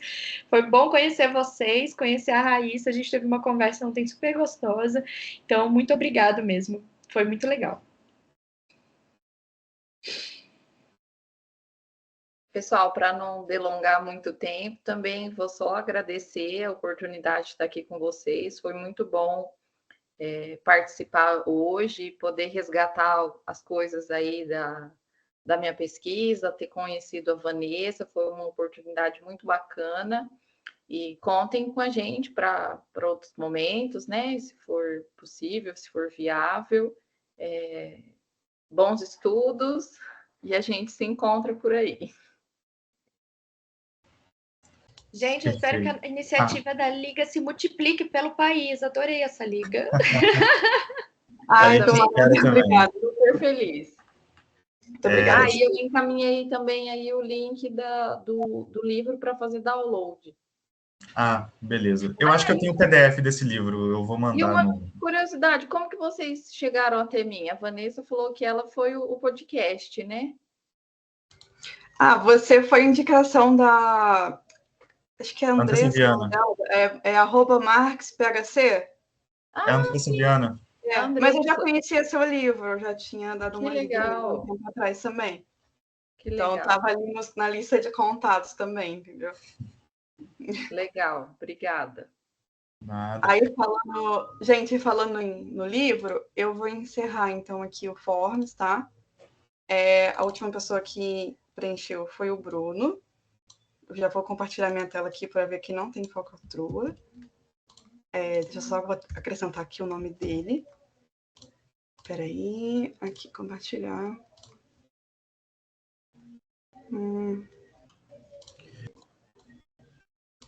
Se eu não ganhar, eu vou dizer que essa urna eletrônica foi violada. Vocês conseguem ver? Sim. Então vou encerrar aqui, né? Aqui é a planilha de todas as pessoas que preencheram Ai, Evento. falaram Oi? no chat que tem alguém preenchendo ainda. Tem alguém preenchendo? Ai, perdão. Então, peraí. Vai, aceitando respostas. A Estou Júlia esperando. falou. Tá. Estou aguardando a resposta da Júlia aqui. Vou ficar olhando aqui na planilha para ver se vai aparecer. Se vocês estiverem escutando um barulho de música, no fundo, minha vizinha acabou de botar música aqui, então eu já peço desculpas. Deixa Aí, ela ser feliz. aproveitando, a gente está usando aqui o site tradicional, né? Já botei aqui o nome de todo mundo, estou aguardando só a resposta da Júlia. E aí a gente sorteia aqui um. E é isso. Só para aguardar aqui. Será que vai? É da a amiga da resposta? Júlia, tá? Oi? É da amiga da Júlia, não vai aparecer o nome dela aí, não. Não, eu não entendi, desculpa. É que a Júlia falou que a amiga dela tá preenchendo, então não vai aparecer o nome da Júlia. Ah, tá, beleza. Aí, entendeu? Só pra você Júlia, ficar de olho. tem que saber o nome da amiga pra gente saber ali, ó. Verdade. Isso. Júlia, se quiser falar Se quiser mandar o nome da amiga. amiga, é mais fácil. É que eu não tô vendo no chat agora, tô vendo no form. Ingrid. O nome da amiga é Ingrid. Ah, então eu vou colocar aqui já, Ingrid. Mas aí você continua preenchendo, por favor, porque a gente precisa do contato da Ingrid. Ingrid. Já posso sortear, então? Mulher, né? Deixa eu ver se ainda não chegou a resposta da menina. Ela não tá Mas eu indo. já coloquei aqui, então acho que a gente pode fazer, né? Sofia? Pode sim. Perdão, esqueci que você não tá vendo a tela. Eu Pode não tô sim. olhando a tela. Ó, vou sortear, Pode então. fazer sim. Porra. Como assim, critério? Quebra de linha. Ah, isso. Quebra de linha, isso. Júlia Fraga da Rocha. Júlia! Da nossa liga aí online, cara. Não foi falcatrua. Vai ter que compartilhar com a Ligo Gente, jura Livre, que hein? não foi. Vai ter que Gente, não foi. A compartilhar. Júlia Fraga da Rocha ganhou. Já fica gravada aí na gravação. Ganhou aí o exemplar do livro. Então, vou parar de compartilhar aqui a tela. Foi. Gente, muito obrigada mesmo, assim, de verdade, por toda a recepção aí do contato, né? Por terem me respondido, serem super solícitas também. Fica aí meu agradecimento também por tudo, né? Assim, foi muito legal ouvir vocês. Muito legal que a Raíssa trouxe o livro aí pra gente sortear também, isso foi bem legal. E é isso, a Liga também tá disponível no Instagram, por caso alguém queira os materiais aí, a gente tá anotando tudo, vou botar o arroba aqui. A gente também tem um e-mail, tá na... eu não estou conseguindo colocar o arroba aqui, mas, gente, é só botar o arroba e isso aqui no Instagram, que a gente tá lá, a gente responde direitinho, manda um e-mail pra gente também, a gente responde. E é isso. Seguimos aí na luta, né? Numa universidade que não tem história cultural na nossa grade, a gente não tem estágio, como eu falei para a Raíssa, a gente só tem o Luther, então sempre fazendo aí o possível e o impossível também. Então, Luther Guerreiro, valeu. Deixa eu só falar um negócio. A gente tem um grupo de extensão que funciona presencial e online, e a gente está lendo o texto da Bluma Zeigarnik. Se vocês tiverem interesse, eu posso mandar para a Rayane o link do grupo, e aí vocês podem juntar com a gente. Assim, é toda terça à noite, das 19 às 21 do horário de Cuiabá. Para vocês é das 20 às 22. Então, se vocês tiverem interesse, aí eu mando para vocês o link e vocês podem divulgar. Claro, pode mandar. A gente faz a divulgação lá no Instagram, sem problema nenhum. Aí me interessei Então, também. Combinado. Eu vou mandar para você botar lá no Instagram. Daí o povo que está aqui assistindo vai lá para o Instagram de vocês já. Legal. E aí, Rayane, eu fico aguardando você me enviar o endereço, então, certinho. Tá bom. Envio certinho. Muito obrigada, tá? Gente, obrigado, tchau. Se cuidem e tentem respirar. Obrigada a todo mundo que ficou até agora gente. também. Obrigadão. Obrigada, Vanessa e Raíssa. Vocês foram incríveis. Muito obrigada mesmo. Gente. Espero ter mais. Mariana, você quer falar alguma coisa? Pode falar, pode abrir o microfone.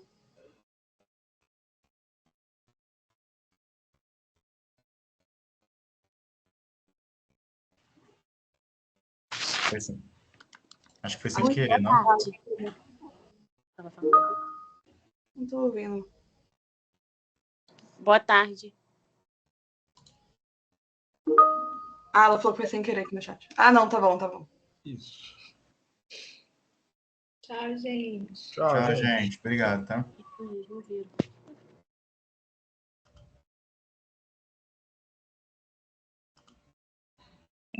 Boa tarde.